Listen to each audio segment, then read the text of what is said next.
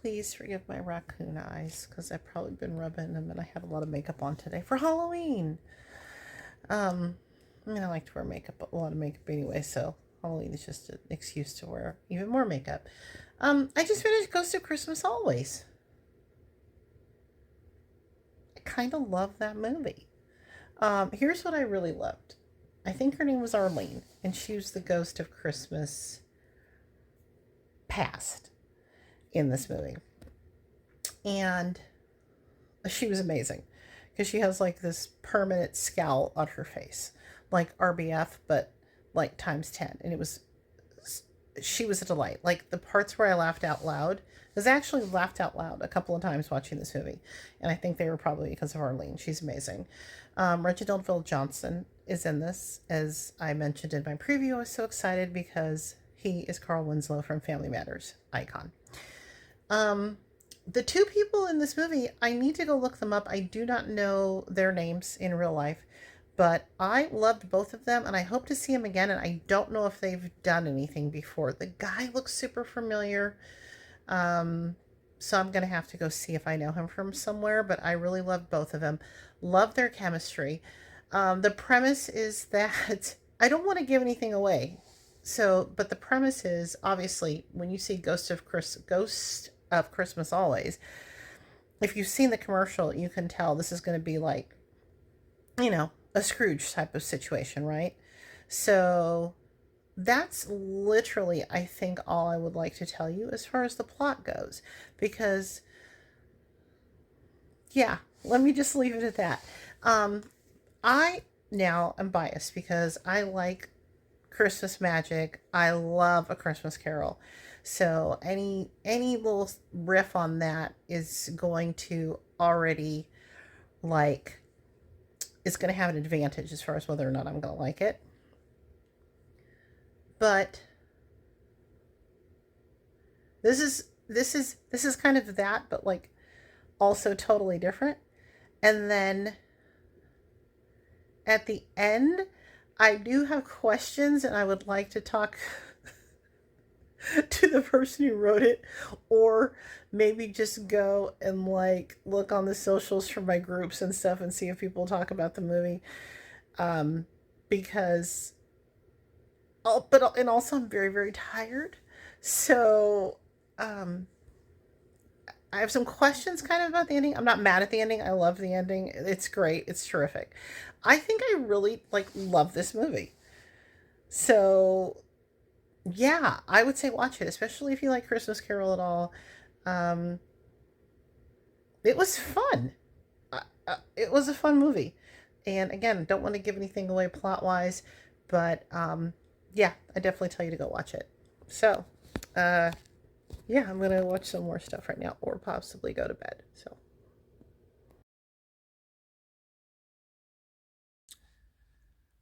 So, I just finished Christmas Bedtime Stories and I don't know yet how to process my opinion. I literally think I'm going to have to sleep on this.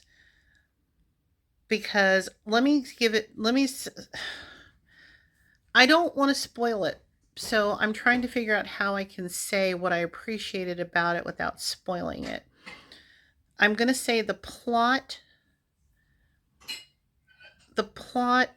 line is not typical Hallmark. So I'm going to say that. Okay, so here's what's typical Hallmark. We've got it is a romance, but it's just not typical. That's all I can really say without spoiling it. I like Erin Cahill. I think I enjoyed her. Um, I was gonna say maybe I enjoyed her. I can't remember how many things I've seen with her. I'm picturing the one that had Ryan Pavey being a time traveler. I was just talking to my kid about time travel, but that's a whole other story. Anyway, I like that movie, and I liked Erin in that. I like her. Steve Lund is I like Steve Lund, but I really don't know how to review this movie without giving things away. So I'm just trying to decide. I guess I would say it's worth the watch. It's at very least a laundry folder, I think. Now, if you want like happy, I mean, you already know like this is Miracles of Christmas one, so you already know it's going to be like not as it's not going to be like the bouncy, happy, silly Hallmark rom-coms. It's not like that at all. Like it's definitely nothing like Ghost of Christmas Past, which is exactly that type of a movie, really. Um yeah, so all I can say is that can't go into it expecting that. If you like something a little more dramatic, you probably like this. That's what I'm going to say. So I don't feel like that's helpful at all. But if you do watch it, I would love to hear what you think about it. So, and it's already Thursday. We've got new movies coming on tomorrow, and I still have to finish the one with Will Kemp as an American. So I'm going to go back to that.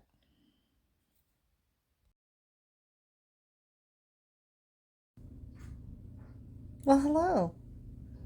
It's just me sitting around in the house with a Christmas crown thingy on my head as I do. This is actually part of my Halloween costume, so I thought I would just start wearing it right now for my Christmas movie reviews. Yes, I am going for, well, by the time you watch this, Halloween will have passed because there's no way that I'm going to finish 2.5 movies tonight when it's already 6:30. That's not a thing. Like I wish I could do that. I wish I could just say screw it. I'm just gonna stay up late. I'm gonna do it. Um, yeah, but that's not gonna happen. I had to work late yesterday, or I might have been able to get stuff done. But oh well, it's all good. But yes, I am going to be wearing my Hallmark movie watching slippers that my friend gave me, and some Hallmark movie watching socks that I think another friend gave me, and a Christmas shirt, and this wreath, and some Christmas earrings that I made, and wear a bunch of makeup like I like to do sometimes anyway. And I'm going to be a Hallmark Christmas movie watching drag queen. I haven't come up with a name yet. So, anyway, any excuse to wear like glitter on my face, basically, and stretch pants to work. So, I'm watching Jolly Good Christmas. Now, I already watched A Cozy Christmas Inn. I'm actually going to do that review in a minute. I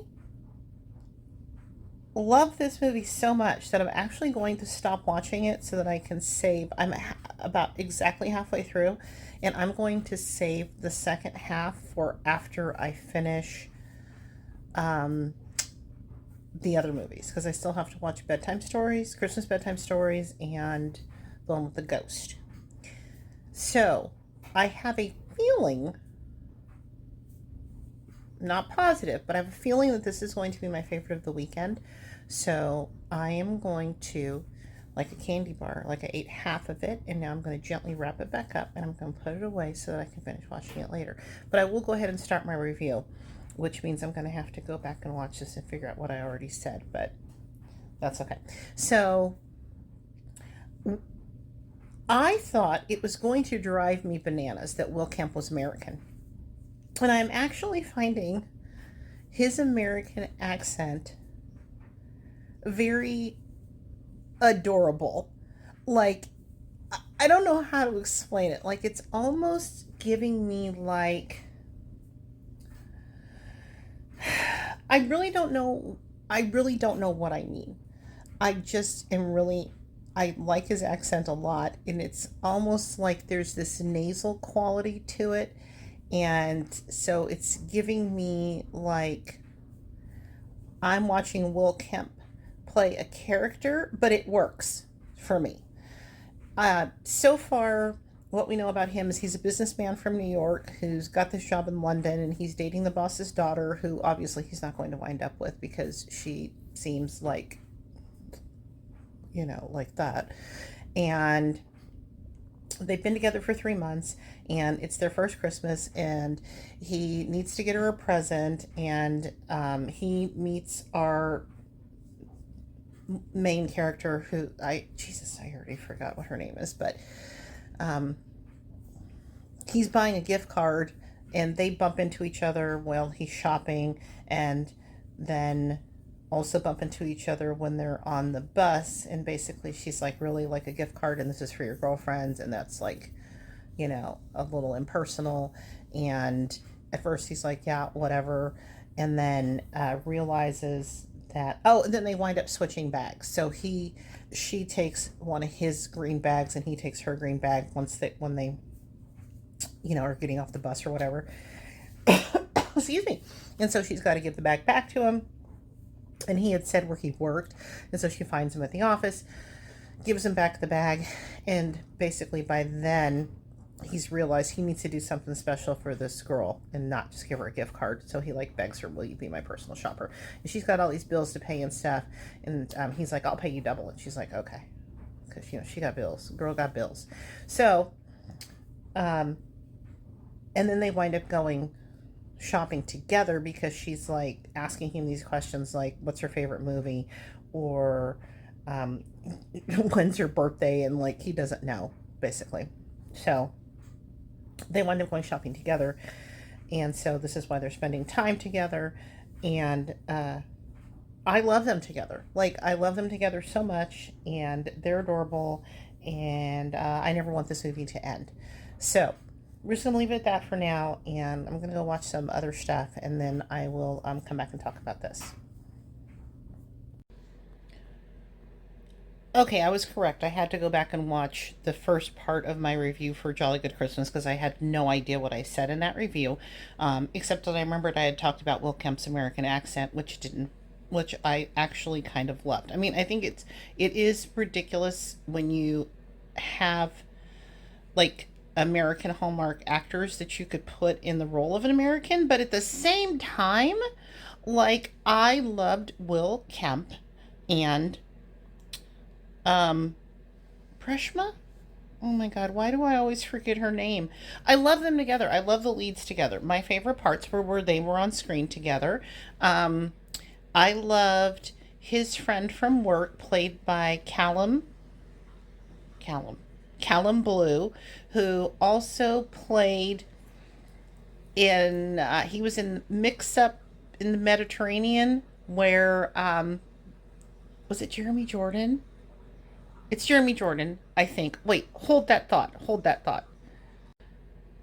Okay, it's Jeremy Jordan. And fun Jeremy Jordan side note, on YouTube, there's this channel. I will go look up the name of the channel and I'll put it right here, that I stumbled upon and saw this super fun rendition of him singing It's All Coming Back to Me Now, the Celine Dion song. It's a hoot and a must watch for any Jeremy Jordan fan. So I'll post where you can find that. And if I remember, I'll post the link down in the description, but I have a bunch of other things I have to do before I get to the part where I'm posting this on the YouTube and putting a link in the description. But at least I'll tell you the channel, and I'll tell you the title of the video so that you can go find it if you love Jeremy Jordan like I do. Anyway, and Callum Blue, I loved Callum Blue and the guy that played Callum Blue's husband in this movie. They were absolutely adorable. I love it when I love side characters. It's so great. So, I mean, it didn't wind up being my favorite. This did not wind up being my favorite of the weekend. But, and the girlfriend, who obviously he doesn't wind up with a girlfriend, but she does actually kind of redeem themselves because they have one of those breakups where it's like, no hard feelings. I didn't really like you that much either, kind of thing. So it's just as well that we're breaking up. If only real life were ever like that, right? Like, just like, no, let's just go on our way. So it wasn't my favorite, but probably my second favorite of the weekend, I think. I'm already forgetting. But I thought it was super cute. The two of them together, like, I literally am sitting here by myself on the couch watching this, and I'm like smiling because they're so adorable. I thought it was super cute. Will Kemp is just, like, I'm biased because I've freaking love Will Kemp. He's just a beautiful man and he's adorable and I love her. And yeah, totally. If this was on, I would totally put it on again and watch it because they were fun together. I liked her family, like her mom and dad are in it. And, you know, there's stuff about they have this pub and they had wanted her to take over the pub because it's been in the family for years. But, you know, she's like, but I want to be this gift shopper person, but also she wants to be an author. And they show us a year later, and like you think that we're gonna see them or something, but it just shows that it's her book in the window, which is great. But like, I wish they would have just been like, "Can you just show them again, like smooching or something like that?" That was kind of lame sauce. IMO, in my opinion, but super cute. I recommend it, and it is my yeah, it's my second favorite of the weekend. So I say you should watch it. It was really good. Anyway, let me go figure out what else I need to talk about. I can't even remember if I talked about all the movies. I think I need to talk about one more. So anyway, and then I'll post this thing. Okay?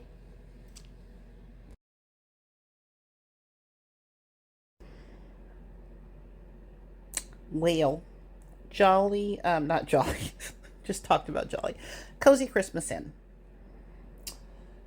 with David O'Donnell and Jodie Sweetin. Okay, here's what's good about the movie. Andy, obviously, still love David O'Donnell. I wish that he would do some more Hallmark movies. Um, I like Jodie Sweetin just fine. I, of course, love Hattie from, because, you know, this is taking place in Garland, as I said in my preview. I guess I should have started with this. So this is taking place in Garland, the same place that Christmas Under Wraps took place. And Christmas Under Wraps is one of my very favorite, if not my favorite, Hallmark movies, with CCB playing a doctor who takes a fellowship in this small town in Alaska. Obviously no CCB in this movie because CCB left the channel. So, and in the movie, CCB's character, they broke up because she took like a job somewhere else. So, which is what happened, you know, IRL in real life. She took a job at GAC, and so she ain't on the channel no more. Anyway, so Jodie Sweetin is Andy's ex-girlfriend from Seattle that does get a mention in the first movie. So, and she works for Vivica A. Fox, who I could swear I already started talking about this movie. This is driving me crazy because I remember saying how, or maybe I just was writing notes to myself. Vivica is a businesswoman, a very successful businesswoman, who, when Jodie Sweetin says, talking about her plans, or talking about, Vivica A. Fox is talking about the place, about Andy's inn, because Andy owns the same, well, I'm all over the freaking place. He owns an inn now that that Vivica A. Fox wants Jodie Sweetin to go to Garland to buy for their company, and says that they have oh my god, why, an observatory. And she says, and Vivica A. Fox is like, you'd like that because aren't you into astrology? Which is supposed to be some kind of a joke, but it's just so stupid and it lands so flat because this is a successful businesswoman who, right, like would know the difference between astronomy and astrology, right? Right? I would think. So that's lame. And that's one of the first, like, that's in the very first part of the movie. So I was already like, oh, grown. I'm not going to like this movie. But I liked it fine. Like, I like them together. At first, I was like, it is not believable to me that they used to be together. But then as the movie went on, it felt a little more so. But it's still just, you know, I feel like it lacks the charm and the warmth of Christmas Under Wraps. And it's not fair for me to compare it to Christmas Under Wraps, but if you're going to put another movie in Garland, I'm going to have to compare it to Christmas Under Wraps. There's just no way around it. If anyone else is a Christmas Under Wraps fan who was able to just watch this as a separate movie and not compare it to Christmas Under Wraps, I would love you to tell me how you did that, because I'm found it impossible to not compare them. So, as movies go, I would just say this is one that you could watch while you fold your laundry, basically. Um, Sadly, Brian Doyle Murray is only in it on like camera, like on a phone. So, like, we never have any scenes with him together. So, obviously, um, he wasn't able to make it up to Canada or to shoot the movie or whatever. So that was kind of a bummer. I mean, we do see him several times at least, but still, it's not the same. Um, I liked him being in Hattie's Diner eating some cookies. They did bring a new character in. I think his name was Martin, and he was a driver and also the newspaper publisher guy. And I liked him and Hattie. But yeah, it didn't make me want to go back to Garland to see more of what's going to happen with these people, but it did make me want to go back and watch Christmas Under Wraps since I love that movie. So it's a meh from me. Um, just trying to think if there's anything that I'm forgetting about it, but yeah, I mean, it is what it is. So anyway, yeah, uh, yeah, that's it. So I think I don't really want to end it with this one, but I'm going to go ahead and end my reviews because I'm about to put everything together, um, and tell you thanks for listening. Hoping to get out a preview that's of the stuff that starts tonight, today, and then start watching some more movies. So thanks for listening, and I will be back. Okay, bye.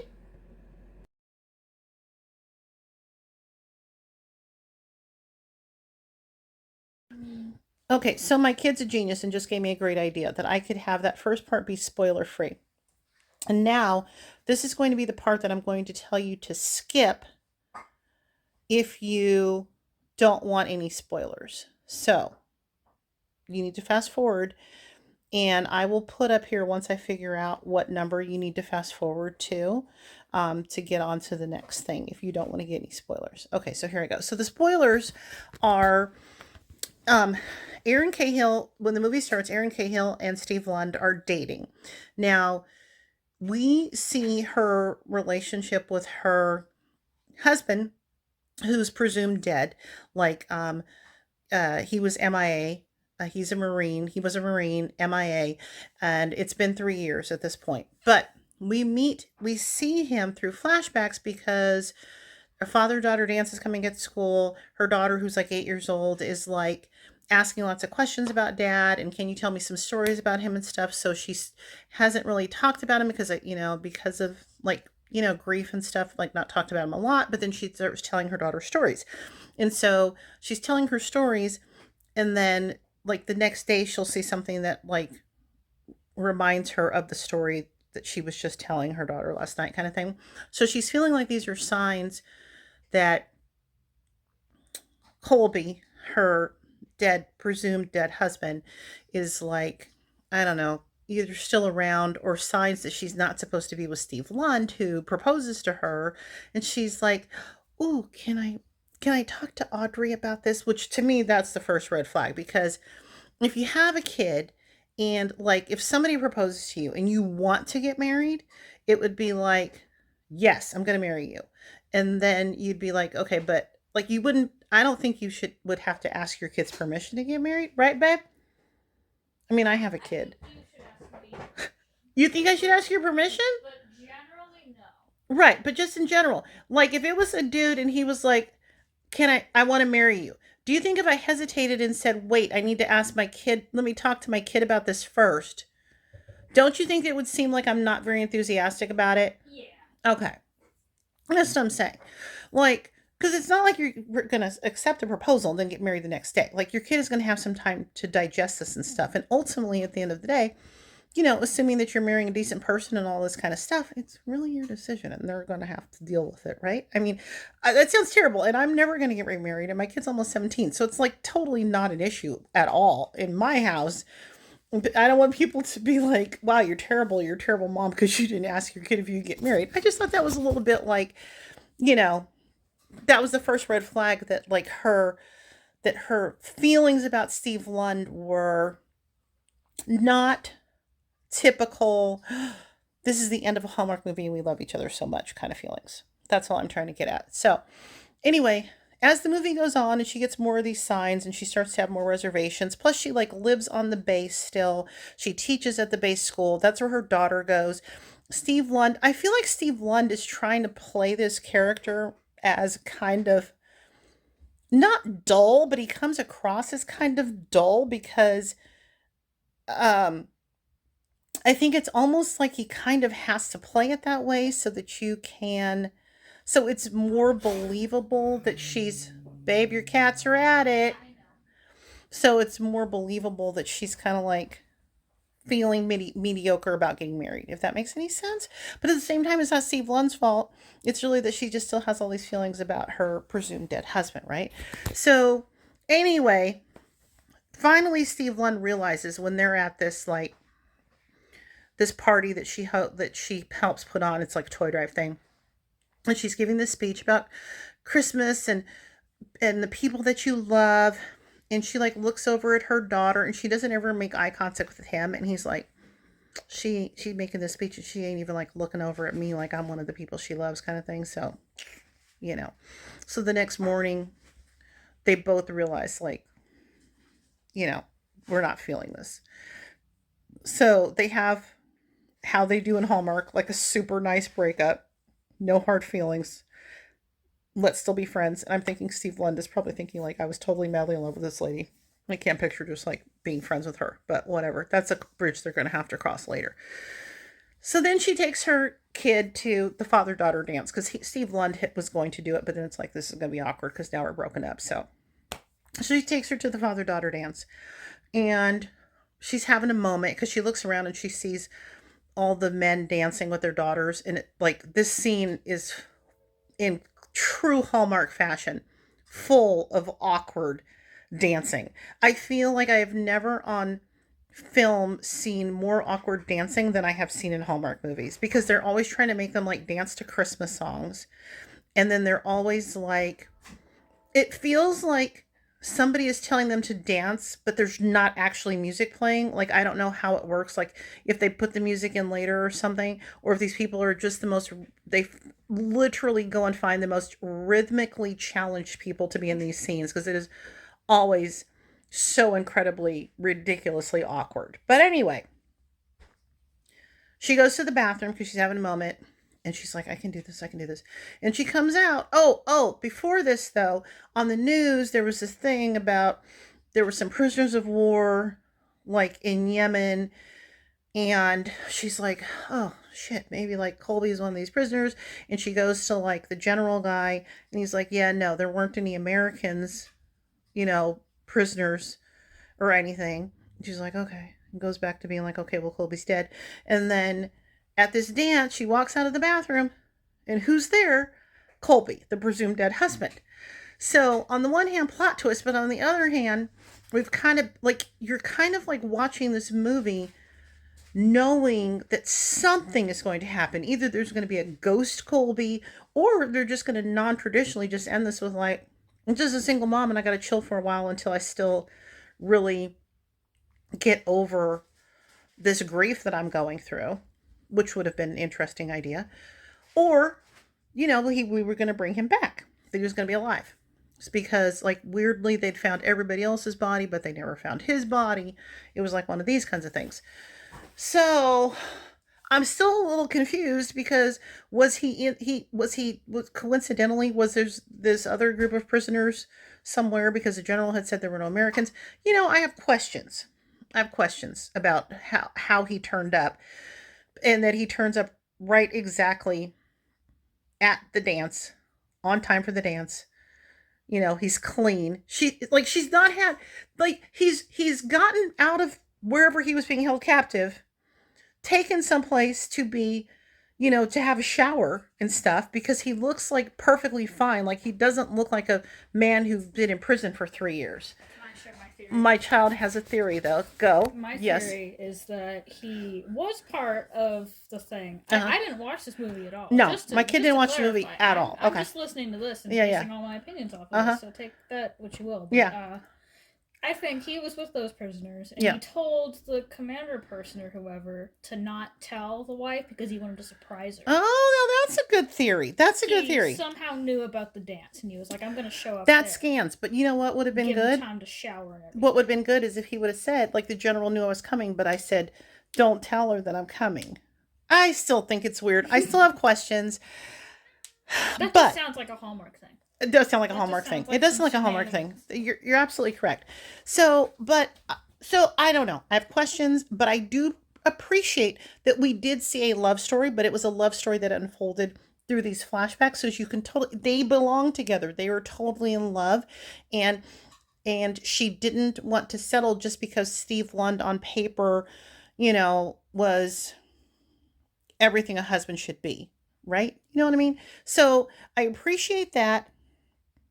Would I watch it again? Probably, absolutely not. Like, I, to me, this isn't like, no, life is too short to have one on that's just kind of like dramatic and kind of sad. So, no, I would put on something fun and funny, but I guess you should watch it. Babe, does it sound like I'm telling people that they should watch it? I don't know. Yeah. I don't know either, but I definitely, again, totally worth laundry folding. I can't believe that this spoiler full review. Maybe I'm just going to have to do this as a completely separate review. I think that's what I'm going to have to do. Because it's like 10 damn minutes long. So, anyway, thanks for listening. And let me know what you think if you watch this movie. Okay? Okay, thanks.